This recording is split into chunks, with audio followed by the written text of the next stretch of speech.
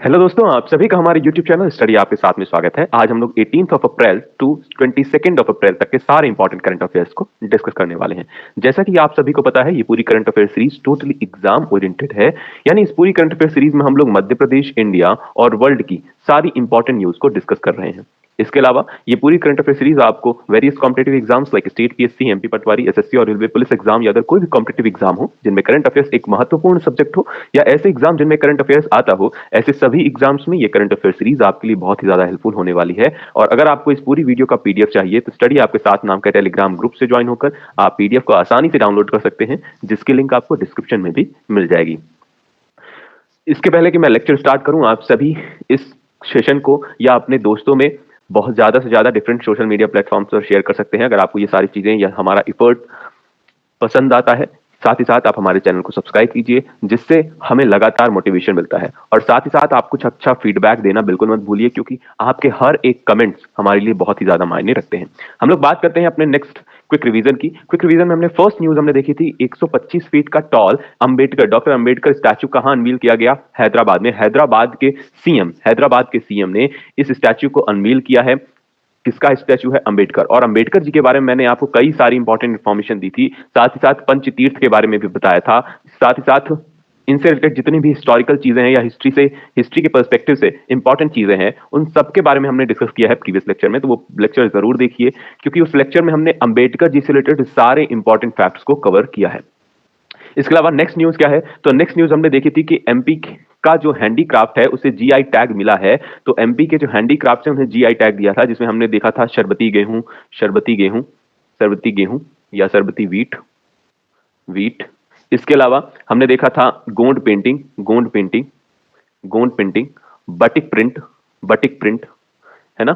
तो ध्यान रखना है आपको, ये सारी चीजें बहुत इंपॉर्टेंट हैं। ये जीआई टैग से रिलेटेड इंफॉर्मेशन भी अक्सर एग्जाम में पूछी जाती है, इसलिए और क्योंकि रिसेंटली एमपीपीएससी में का ये फेवरेट क्वेश्चन हो सकता है, इसलिए आपको ध्यान रखना है, क्योंकि इससे रिलेटेड एक प्रश्न जरूर पूछा जाता है। तो जीआई टैग जितने भी हैं हमने प्रीवियस लेक्चर में सारी चीजें कवर की हैं, वहां से आप सारी चीजों को कवर कर सकते हैं, है ना।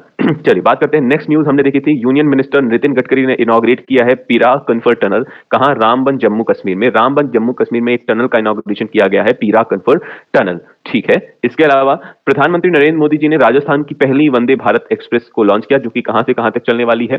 तो ये अजमेर से बाया जयपुर कहां तक जाएगी? दिल्ली तक जाएगी। तो पहली वंदे भारत एक्सप्रेस प्रधानमंत्री मोदी जी ने राजस्थान की लॉन्च की या उसे फ्लैग ऑफ किया।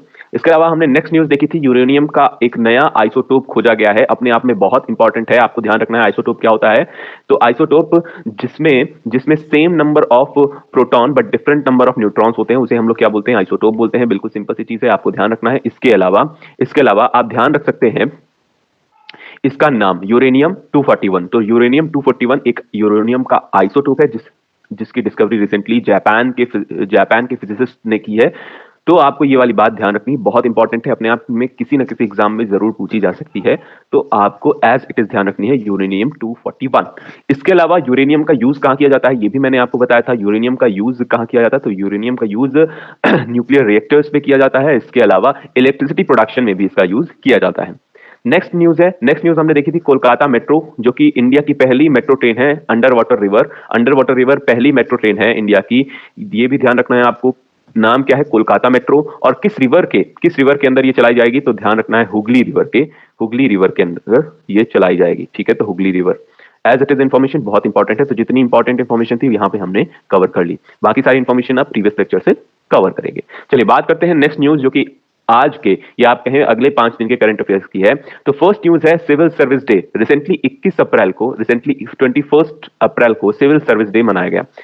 21 अप्रैल को सिविल सर्विस डे मनाया गया, जिसमें जिसमें प्रधानमंत्री मोदी जी ने एड्रेस किया सारे सिविल सर्वेंट्स को। कहां? नई दिल्ली विज्ञान भवन में। इस इवेंट में प्रधानमंत्री मोदी जी ने पीएम मिनिस्टर या prime ministers award for excellence for public administration भी दिया है ना, बहुत सारे अवार्ड्स भी दिए हैं। इसके अलावा ये जो इसका फाउंडेशन है या सिविल सर्विसेज का फाउंडेशन है, ये किसने किया था? तो वैरन हेस्टिंग ने किया था। लेकिन बाद में बहुत सारे रिफॉर्म्स किए गए, किसके द्वारा? चार्ल्स कॉर्नवालिस के द्वारा। तो चार्ल्स कॉर्नवालिस के द्वारा इस पूरे सिविल सर्विसेज में बहुत सारे रिफॉर्म्स किए गए, यानी बदलाव किए गए। इस वजह से father of civil services in India किसे कहा जाता है? तो चार्ल्स कॉर्नवालिस को कहा जाता है। तो बिल्कुल सिंपल सी न्यूज है।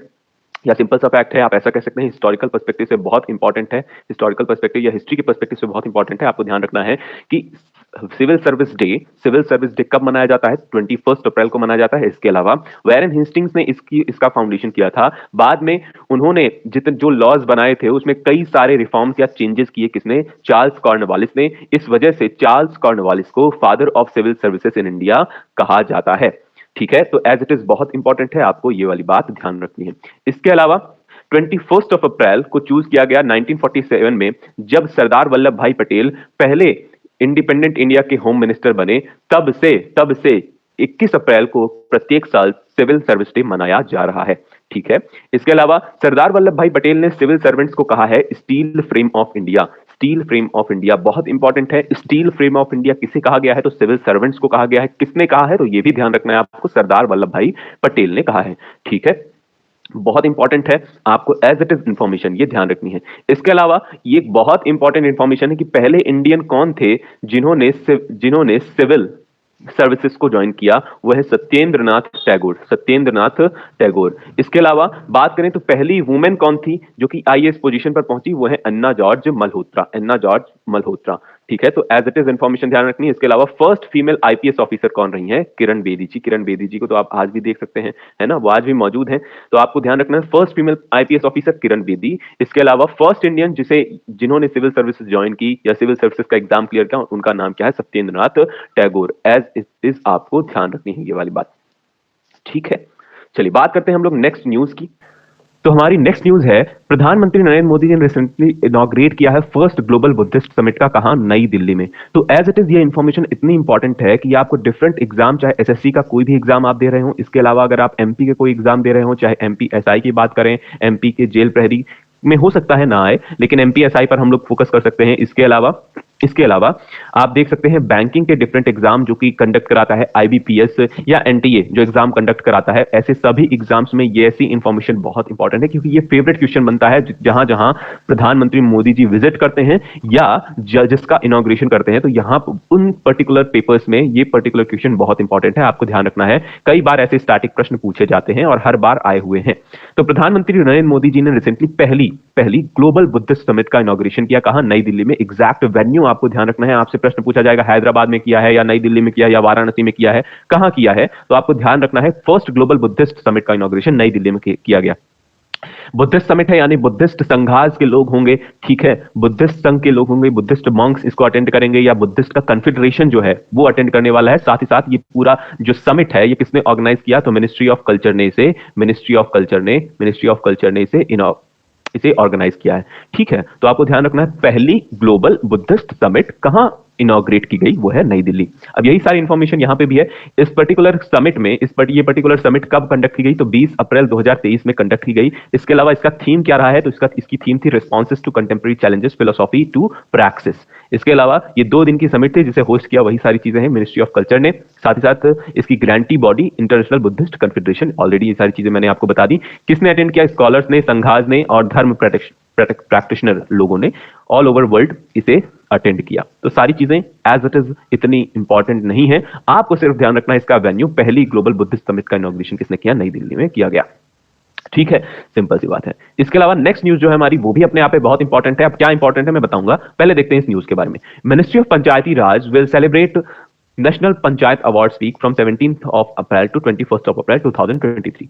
बिल्कुल, national panchayat awards week recently celebrate किया गया। 17 अप्रैल से 21 अप्रैल तक ये चलने वाला है, ये चला है, आप ऐसे कह सकते हैं। किसने किया है सेलिब्रेट? तो मिनिस्ट्री ऑफ पंचायती राज ने। लेकिन आपको ध्यान क्या रखना है, पंचायती राज मिनिस्टर कौन है, यूनियन पंचायती राज मिनिस्टर कौन है? तो ध्यान रखना है गिरिराज सिंह। गिरिराज सिंह बहुत इंपॉर्टेंट है।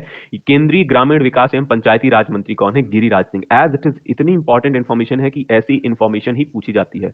कई बार ये इंफॉर्मेशन पूछी गई है कि पंचायती राज मिनिस्टर कौन है, तो आपको ध्यान रखना है सेंटर के यूनियन यानी कि सेंटर यानी यूनियन की बात हो रही है, union rural development and Panchayati Raj minister कौन है? गिरिराज सिंह। अब आपको लग रहा होगा कि सिर्फ इतनी बड़ी स्लाइड में सिर्फ इतनी ही चीजें इंपॉर्टेंट है। बिल्कुल यही चीजें इंपॉर्टेंट है, जो चीजें इंपॉर्टेंट है वो सारी चीजें मैं आपको बताऊंगा। पंचायती राज मिनिस्ट्री ने सेलिब्रेट किया है नेशनल पंचायती राज अवार्ड्स वीक। इस पर्टिकुलर अवार्ड्स वीक में किसको अवार्ड दिया गया है? तो डिफरेंट पंचायत को अवार्ड्स दिए गए हैं, आपको ध्यान रखना है। इसकी थीम क्या रही है? तो इसकी थीम रही है पंचायतों के संकल्पों की सिद्धि का उत्सव। पंचायतों के संकल्प की सिद्धि का उत्सव इसकी थीम रही है। तो सिंपल सी चीज आप ये ध्यान रखेंगे। अब मैं आपको बताता हूं कि अगली चीज क्या इंपॉर्टेंट है। अगली चीज इंपॉर्टेंट है कि राष्ट्रीय पंचायती राज दिवस कब मनाया जाता है। आपसे प्रश्न पूछा जाएगा राष्ट्रीय पंचायती राज दिवस कब मनाया जाता है। एज इट इज आपसे यही प्रश्न पूछा जाएगा और आपको ध्यान रखना है 24 अप्रैल को राष्ट्रीय पंचायती राज दिवस मनाया जाता है। ठीक है, नेशनल पंचायती राज डे कब मनाया जाता है? तो 24 अप्रैल। और इसी 24 अप्रैल को प्रधानमंत्री नरेंद्र मोदी जी मध्य प्रदेश के विंध्य प्रांत को कई सारी सौगात देने वाले हैं। इसमें से सबसे इंपॉर्टेंट क्या है? सबसे इंपॉर्टेंट है जल जीवन मिशन के अंतर्गत 7,573 करोड़ के कार्यों का शिलान्यास करेंगे। साथ ही साथ बाढ़ सागर योजना, जितनी भी बाढ़ सागर योजना है उन सभी में इन्वेस्टमेंट किया जाएगा, या कई जगह वो सारी चीजें उस योजना पे इन्वेस्टमेंट किया जाने वाला है। तो आपको ध्यान रखना है। जल जीवन मिशन की बात करें तो जल जीवन मिशन में मध्य प्रदेश का कौन सा डिस्ट्रिक्ट है जिसकी फर्स्ट रैंक लगी है या फर्स्ट रैंक है? आपको ध्यान रखना है बुरहानपुर। कई बार मैंने आपको ये वाली न्यूज करा दी है। तो बुरहानपुर, ये प्रश्न बिल्कुल एज इट इज पटवारी के एग्जाम में पूछा गया है, सिफ्ट में, कि किसी न किसी सिफ्ट में पूछा गया। मुझे सिफ्ट का डे नहीं याद है, लेकिन ये प्रश्न पूछा गया है। जल जीवन मिशन हमने ऑलरेडी किया हुआ है। जल जीवन मिशन के अंतर्गत या जल जीवन मिशन का लक्ष्य पाने में मध्य प्रदेश का कौन से जिले की फर्स्ट रैंक है? तो आपको ध्यान रखना है बुरहानपुर जिले की फर्स्ट रैंक है। ये फिर से रिपीट हो सकता है प्रश्न, इसलिए आपको ध्यान रखना है। इसके अलावा राष्ट्रीय पंचायती राज दिवस 24 अप्रैल को जो मनाया जाता है उसमें 3 नई ट्रेनें चलाई जाएंगी, जो कि रीवा इतवारी वाया छिंदवाड़ा यात्री ट्रेन, इसके अलावा छिंदवाड़ी नैनपुर यात्री ट्रेन और नैनपुर छिंदवाड़ा ट्रेन को हरी झंडी दिखाई जाएगी। किसके द्वारा? प्रधानमंत्री नरेंद्र मोदी जी के द्वारा। चलिए बात करते हैं अपनी नेक्स्ट न्यूज की। तो आपको ये सारी चीजें ध्यान रखनी है। Which armed force launch the regional pollution response exercise? तो रीजनल पॉल्यूशन रिस्पांस एक्सरसाइज किसने लॉन्च की है? किस आर्म्ड फोर्स ने लॉन्च की है? तो ध्यान रखना है आपको, इंडियन कोस्ट गार्ड ने लॉन्च की है। इंडियन कोस्ट गार्ड ने लॉन्च की। ये पर्टिकुलर एक्सरसाइज किससे रिलेटेड है? तो कोस्टल रीजन पर जितने भी पॉल्यूशन हो रहे हैं आज के टाइम पर, उन सभी को कंट्रोल करने के लिए या नियंत्रित करने के लिए ये पर्टिकुलर एक्सरसाइज परफॉर्म या कंडक्ट की जा रही है। किसके द्वारा? इंडियन कोस्ट गार्ड के द्वारा, जिसका नाम क्या है? RPREX 2023, regional pollution response exercise 2023। तो मुझे उम्मीद है कि आपको यह ध्यान रहेगा कि RPREX एक्सरसाइज यानी रीजनल पॉल्यूशन रिस्पांस एक्सरसाइज किसके द्वारा लॉन्च की गई? तो इंडियन कोस्ट गार्ड के द्वारा लॉन्च की गई। इसके अलावा इसका प्रमुख उद्देश्य क्या है? इसका प्रमुख उद्देश्य है कि कोस्टल रीजन पर जितने भी पॉल्यूशन हो रहे हैं उन्हें नियंत्रित करना। नाउ नेक्स्ट क्वेश्चन या नेक्स्ट टॉपिक है हमारा, Kerala becomes the first Indian state to adopt a water budget. Water budget को अडॉप्ट करने वाला, वाटर बजट या जल बजट को अडॉप्ट करने वाला पहला भारतीय स्टेट कौन सा, पहला भारतीय राज्य कौन सा है? आपको एज इट इज इंफॉर्मेशन ध्यान रखनी है। वो कौन सा राज्य है? तो केरल। बिल्कुल बहुत इंपॉर्टेंट है। एज इट इज प्रश्न पूछा जाएगा कि केरल या पहला भारतीय राज्य ऐसा कौन सा है जिसने जल बजट को अपनाया है? तो आपको ध्यान रखना है केरल ने जल बजट को अपनाया है। इस पर्टिकुलर जल बजट में क्या क्या चीजें की जाएगी? तो पहले 94 या 94 ग्राम पंचायतों या 15 ब्लॉक पंचायतों को फर्स्ट फेज में कवर किया जाएगा। ऐसा किसने कहा है? तो सीएम पिनरई विजयन।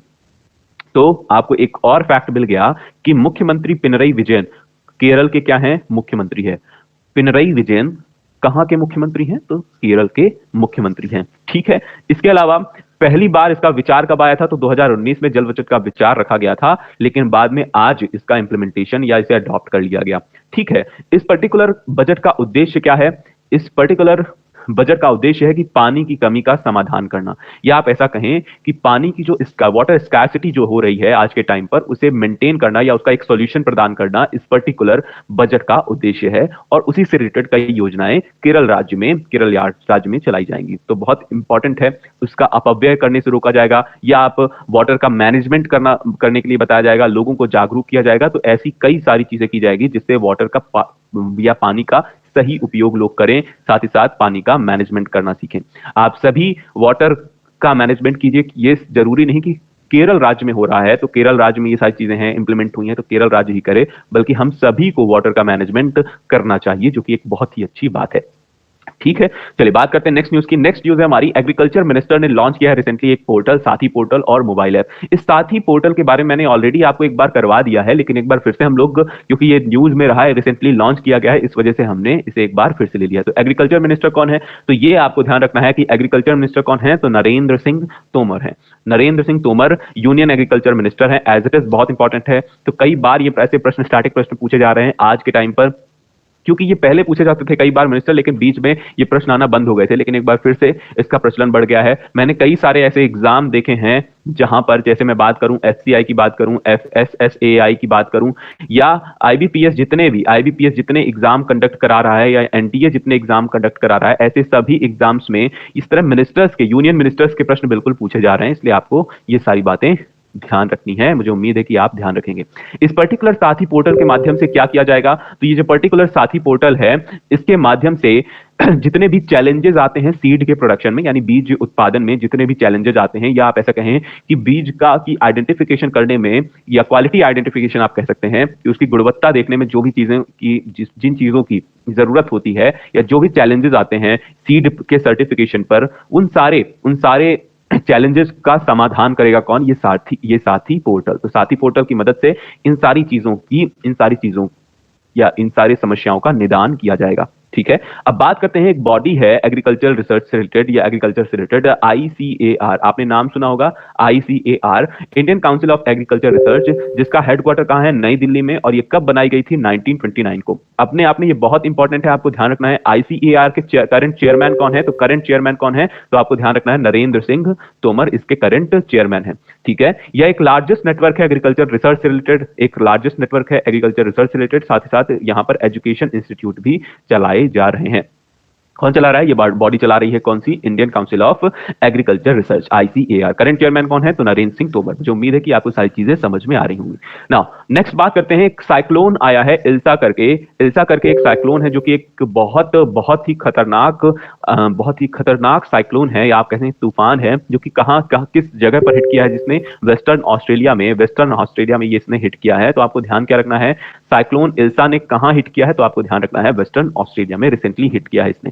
ठीक है, तो इल्सा करके एक स्टॉर्म है। यह आपको प्रश्न बिल्कुल पूछा जा सकता है, किस तट पर इस स्टॉर्म ने या इस तूफान ने हिट किया है? तो आपको ध्यान रखना है, वेस्टर्न ऑस्ट्रेलिया के वेस्टर्न हिस्से पर इसने हिट किया है। ठीक है, तो साइक्लोन का नाम ध्यान रखना है, साइक्लोन इल्सा।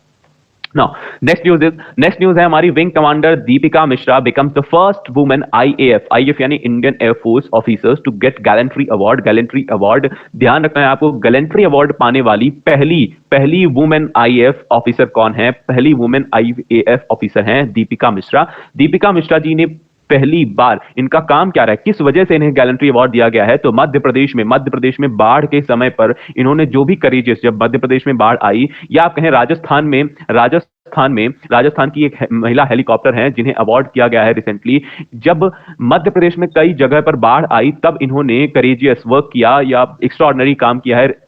इस वजह से इन्हें इस गैलेंट्री अवार्ड से सम्मानित किया गया है। एज इट इज इंफॉर्मेशन ध्यान रखना है आपको, गैलेंट्री अवार्ड पाने वाली पहली वुमेन IAF ऑफिसर कौन है? दीपिका मिश्रा। अगर आपकी फ्रेंड लिस्ट में किसी का नाम दीपिका है, तो वहां से भी आप ध्यान रख सकते हैं, दीपिका मिश्रा को पहली वुमेन IAF ऑफिसर का खिताब दिया गया है।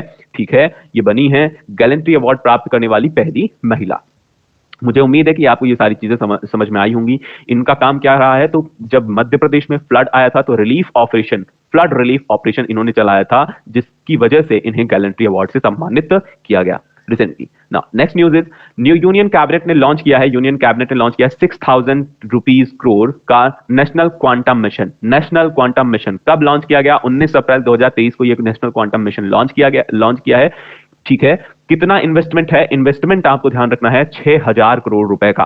6,000 करोड़ रुपए का इन्वेस्टमेंट किया गया है नेशनल क्वांटम मिशन। इसका मेन एम क्या है? इसका मेन एम है कि इंडिया का जो रिसर्च एंड डेवलपमेंट है क्वांटम एरिना में या क्वांटम साइड में, वहां पर उसको बढ़ावा देना, साथ ही साथ जितने भी क्वांटम कंप्यूटर या सुपर कंप्यूटर्स बिल्ट हो रहे हैं, उनको नया आयाम प्रदान करना, या उनका नई तरीके से डेवलपमेंट करना, या उनका विकास करना, ये पर्टिकुलर इस मिशन का उद्देश्य है। तो जितने भी क्वांटम कंप्यूटर्स बन रहे हैं आज के टाइम पे, वो बहुत फास्ट होते हैं। आप देख रहे हैं उनकी पावर बहुत ज्यादा होती है। आपने सुना होगा कई सारे सुपर कंप्यूटर्स के बारे में, जैसे परम प्रवेगा, ठीक है, परम सिद्धि, है ना। तो इस तरह जितने भी सुपर कंप्यूटर्स हैं, ये सारे क्वांटम बेस्ड होते हैं, और इस पर रिसर्च लगातार चल रही है। और जब इंडिया बनाएगा ऐसी कुछ चीजें, जो कि इंडिया में ही कई सारे जब सुपर कंप्यूटर डेवलप होंगे, तो इंडिया इन सारी जितनी भी समस्याएं होती हैं साइबर सिक्योरिटी या साइबर थ्रेट से रिलेटेड, उन सारी समस्याओं को आसानी से वो टैकल कर सकेगा। सुपर कंप्यूटर की अगर आप बात करें तो सबसे फास्टेस्ट कौन सा है? तो फुगाकू, आपने नाम सुना होगा, फुगाकू, जो कि एक सुपर कंप्यूटर है, कहाँ का, जापान का एक सुपर कंप्यूटर है फुगाकू करके। ये सबसे फास्टेस्ट सुपर कंप्यूटर है। ठीक है, तो आपको ध्यान रखना है सुपर कंप्यूटर या एस्टैब्लिशिंग को एस्टैब्लिश करने के लिए पर्टिकुलरली नेशनल क्वांटम मिशन को लॉन्च किया गया है। किसने, यूनियन कैबिनेट ने लॉन्च किया। कितना इन्वेस्टमेंट किया इस पर, 6000 करोड़ रुपए का। ठीक है, तो आपको ये पर्टिकुलर एलोकेशन ध्यान रखना है। आपको ध्यान क्या रखना है, क्वांटम से आप, मुझे उम्मीद है कि आप रिलेट कर पाएंगे क्वांटम फिजिक्स पर। इसके साथ साथ क्वांटम फिजिक्स के अलावा इस पे सुपर कंप्यूटर आपको ध्यान रखना है। सुपर कंप्यूटर का बिल्डअप किया जाएगा, सुपर कंप्यूटर का बिल्डअप किया जाएगा। ठीक है, और बाकी आज के टाइम पर आज तक कितने ऐसे देश हैं जो कि क्वांटम टेक्नोलॉजी पर इन्वेस्ट कर रहे हैं। उनमें है US, Canada, China, Austria, Finland और स्कॉटलैंड। तो हालांकि ये इतना इंपॉर्टेंट नहीं है, सारी चीजें आपको ध्यान सिर्फ दो चीजें रखनी है, किस पर क्या बेस्ड है, कहां से, इसका मेन लक्ष्य क्या है। इसके अलावा लक्ष्य आपको यहां पर दिख जाएगा, लक्ष्य क्या है, इसके अलावा कितना इन्वेस्टमेंट किया जा रहा है, ये आपको ध्यान रखना है। चलिए बात करते हैं नेक्स्ट न्यूज, जो कि अपने आप में इतनी इंपॉर्टेंट है कि मैं गारंटी के साथ कह सकता हूं कि किसी न किसी एग्जाम में आपको देखने को मिल जाएगी। स्पेशली मैं बात करूं तो मध्य प्रदेश के एग्जाम, मध्य प्रदेश के पर्सपेक्टिव से। तो मध्य प्रदेश के पर्सपेक्टिव से ये अपने आप में वैसे भी बहुत इंपॉर्टेंट है। अब क्योंकि मैंने आपको बताया था रिसेंटली कि टाइगर सेंसस जारी किया गया, टाइगर सेंसस जारी किया गया किसके द्वारा, तो प्रधानमंत्री नरेंद्र मोदी जी के द्वारा, जिसमें टाइगर की पॉपुलेशन इंक्रीज हो गई है। ये बात कही गई, कितनी इंक्रीज हुई है, तो 42% इंक्रीज हुई है 2014 के मुकाबले। 42% इंक्रीज हुई है। तो ध्यान रखना है, ये प्रतिशत भी आप ध्यान रखेंगे कि 2014 के मुकाबले 2022 में कितना प्रतिशत इंक्रीज हुई है, तो 42%। कितनी हो गई है, तो एग्जैक्ट फिगर तो आपको ध्यान ही रखना है, 3167।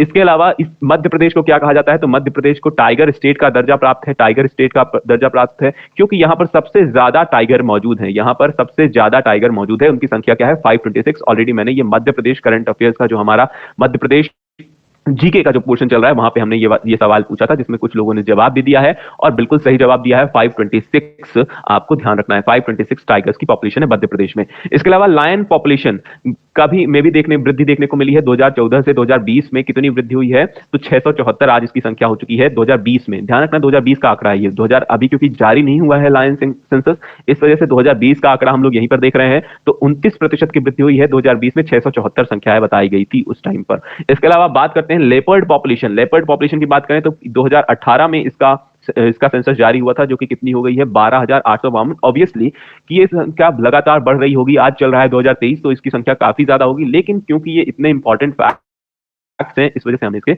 इसको डिस्कस कर लिया। तो कितना प्रतिशत बढ़ा है, 63%। आपको नंबर ध्यान रखना है, 12,852। इसके अलावा मैं आपको बता दूं, मध्य प्रदेश को लेपर्ड स्टेट का भी कहा जाता है, लेपर्ड स्टेट का भी खिताब दिया गया है। तो मध्य प्रदेश लेपर्ड स्टेट भी है, आपको ध्यान रखना है, यहां पर संख्या ज्यादा है लेपर्ड की। इसके अलावा नेक्स्ट न्यूज जो कि अपने आप में बहुत इंपॉर्टेंट है, आपको याद होगा कि साउथ अफ्रीका नामीबिया से कुछ चीताज को लाया गया था। बहुत बड़ी न्यूज थी, आप सभी लोगों ने देखा होगा। ठीक है, तो उनमें से उनका नामकरण किया, वो जितने चीता है ना, उनका नामकरण किया गया है रिसेंटली किसके द्वारा, भूपेंद्र यादव जी ने इसका नामकरण किया है, जो कि नामीबिया साउथ अफ्रीका से जितने भी चीताज लाए गए थे। अब बात करते हैं, जो नेम्स दिए गए हैं उनमें से ट्विन ब्रदर्स हैं, दो ब्रदर चीता हैं, जिनका नाम एल्टन और फ्रीडी था पहले, लेकिन अब उनका नाम क्या कर दिया गया है, एल्टन और फ्रीडी का नाम कर दिया गया है गौरव और शौर्य। तो गौरव और शौर्य दो भाई, गौरव और शौर्य दो भाई, ये दोनों ब्रदर हो गए हैं। इसके अलावा एक नई मदर है जिसका नाम क्या था, शियाया, अब उनका नाम कर दिया गया है ज्वाला। तो शियाया का नाम क्या कर दिया गया है, ज्वाला। तो ये इंपॉर्टेंट है, आपको लग रहा होगा ये इंपॉर्टेंट नहीं है, लेकिन ये इंपॉर्टेंट है, एज इट इज प्रश्न पूछे जा सकते हैं, क्योंकि मध्य प्रदेश में कौन से प्रश्न आ जाएं ये कोई गारंटी नहीं है। तो एमपीएसआई में पूछा जा सकता है ये प्रश्न। इसके अलावा एमपी के जेल प्रहरी या फॉरेस्ट गार्ड के जो एग्जाम होने वाले हैं, वहां पर भी ये पूछा जा सकता है, फेवरेट क्वेश्चन हो सकता है। तो ध्यान रखना है, एल्टन फ्रीडी का नाम कर दिया गया है गौरव और शौर्य, जबकि सियाया का नाम क्या कर दिया गया है, ज्वाला। बात करते हैं आज के प्रैक्टिस क्वेश्चन की। आज का आपका फर्स्ट क्वेश्चन है, अ यूरेनियम आइसोटोप डिस्कवर्ड रिसेंटली, जिसका नाम क्या है। तो आपको इसका जवाब कहां पे देना है, कमेंट सेक्शन में देना है। ठीक है, तो आप सभी को पता चल गया है, यूरेनियम आइसोटोप की नई खोज की गई है, किसके द्वारा, जापान फिजिसिस्ट के द्वारा खोजी गई है। ये पर्टिकुलरली नया आइसोटोप खोजा गया है, आपको ध्यान रखना है। इसके अलावा कौन सा आइसोटोप खोजा गया है, इसका नाम आपको बताना है कहां, कमेंट सेक्शन में, और जवाब जरूर दीजिए, क्योंकि आपके जवाब आपको लंबे टाइम तक बनाए रखेंगे। इस करंट अफेयर्स, क्योंकि जब आप जवाब देते हो, समझिए इस बात को, जब आप जवाब देते हो लगातार हर लेक्चर में आप अगर जवाब दे रहे हो तो आपको वो सारी चीजें आप लगातार जुड़े हुए आप महसूस करोगे कि हाँ, इस पर्टिकुलर लेक्चर से मैं जुड़ा हुआ हूँ, और वो सारी चीजें हमें भी समझ में आती हैं कि आप लगातार हमसे बने हुए हैं। तो इस वजह से आप अपने जवाब जरूर लिखिए, क्योंकि करंट अफेयर्स एक ऐसा टॉपिक है कि यहाँ पर आप सारी चीजें कवर नहीं कर सकते। यहाँ पर आप कुछ कुछ चीजें कवर कर सकते हो, क्योंकि बहुत सारी चीजें आप करने जाओगे तो आपको सारी चीजें भूल जाएंगी। तो कुछ इंपॉर्टेंट चीजें ही आपको यहाँ पर देखने को मिल रही हैं, इसलिए ये पूरी सीरीज बहुत इंपॉर्टेंट है। और मैं हमेशा रिकमेंड करूंगा कि जब भी आप एग्जाम देने जाएं, किसी एक पर्टिकुलर एग्जाम की अगर आप तैयारी कर रहे हैं, तो आप जरूर रिकमेंड कीजिए एक कोई करंट अफेयर्स की बुक साथ में। तो यहां से आपको जो जितनी इंपॉर्टेंट इंफॉर्मेशन है वो यहां पर मिल जाएंगी, इंपॉर्टेंट वाली सारी यहां पर मिल जाएंगी, लेकिन कुछ चीजें हो सकता है छूट जाएं इसी से रिलेटेड। तो कम से कम आपको ये तो याद रहेगा, और साथ ही साथ अगर आपका बहुत मन करे तो आप वो बुक्स भी उठाकर पढ़ सकते हैं। तो एक बुक जरूर रेफर कीजिए, कोई भी आप ले सकते हैं। अगर आपको नहीं पता हो तो मैं बता सकता हूं, उसके बारे में अगर आप चाहें तो इन्फॉर्मेशन ले सकते हैं मुझसे कहीं पर भी, कभी आप बताएं तो हम जरूर डिस्कस करेंगे उसके बारे में भी। तो आपका नेक्स्ट क्वेश्चन है, फर्स्ट ग्लोबल बुद्धिस्ट समिट कहां ऑर्गेनाइज की गई? तो आपके ऑप्शन है हैदराबाद, नई दिल्ली, रांची या भोपाल। इसका जवाब भी आप कहां देंगे? हो सकता है आप में से कई लोग जवाब देना उचित ना समझते हो, लेकिन आपको जवाब जरूर देना है, क्योंकि जवाब आप अपने लिए टाइप कर रहे हो, किसी और के लिए नहीं। तो किसी ने अगर जवाब दे दिया ऊपर तो आप अपना जवाब जरूर लिखिए, क्योंकि आपका कॉम्पिटिशन सबसे है ना। आप अपनी प्लेस बनाओ, बाकी लोगों की देखा देखी ना करो ना। अगर आपको जुड़ना है हमसे तो इन सोशल मीडिया हैंडल्स में आप जाकर हमसे जुड़ सकते हैं, पर्टिकुलरली इंस्टाग्राम, फेसबुक या टेलीग्राम पर। यहां पर आप हमसे जुड़ सकते हैं, साथ ही साथ अपने कुछ सवाल रख सकते हैं अगर आपकी कोई क्वेरी है। अगर आपको ये पूरा सेशन पसंद आता है तो अपने दोस्तों में ज्यादा से ज्यादा शेयर कीजिए, क्योंकि आपके हर शेयर की वैल्यू है। साथ ही साथ आप जब हमें सपोर्ट करते हैं तो हमें लगातार उससे मोटिवेशन मिलता है। और अगर आपको कुछ अच्छा बताना है इस पर्टिकुलर सेशन से रिलेटेड तो आप जरूर कमेंट सेक्शन में बताइए। हम लोग फिर से मिलेंगे अपने नेक्स्ट लेक्चर में, तब तक के लिए आप खुश रहिए और लगातार पढ़ते रहिए। Thank you, tata, bye bye.